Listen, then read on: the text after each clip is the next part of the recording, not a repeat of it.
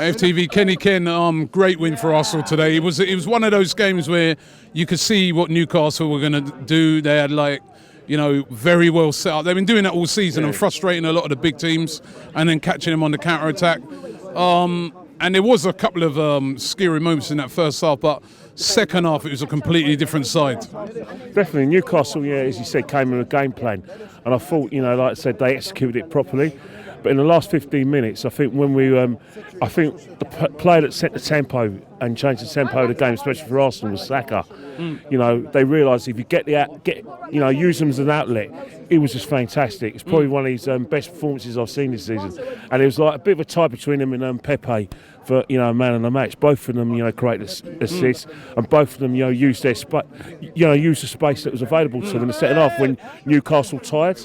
It's an essential thing, isn't it? When you've got a game that's tight, you need width. We've been saying it for years. You need the wide players to really come in to take teams out of their formation, and they've done it brilliantly. Definitely, I think you've got to realise one thing now is that in modern football, your wide players are going to be your full-backs, and that's why they've got to be at the best of their game.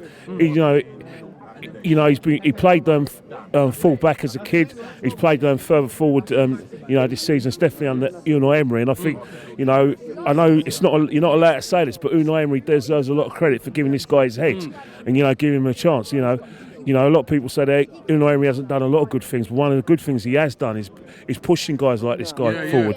And he's got a fantastic attitude and he's taking his chance. And his performances, you can never say that this guy's had a bad game.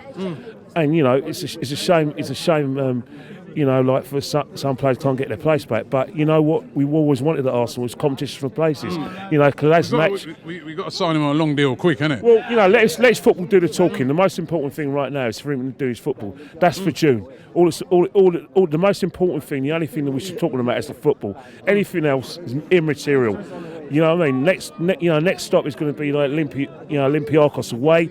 We may play Kolasinac. I heard Tierney's pushing for a start as well, and then Everton as well. It depends if he keeps his place. You never know, man. Tierney might be, Not only that, right? England, right?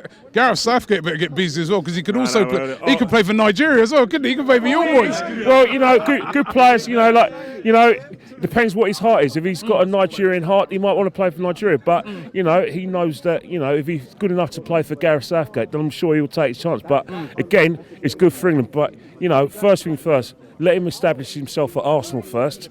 Get his confidence up.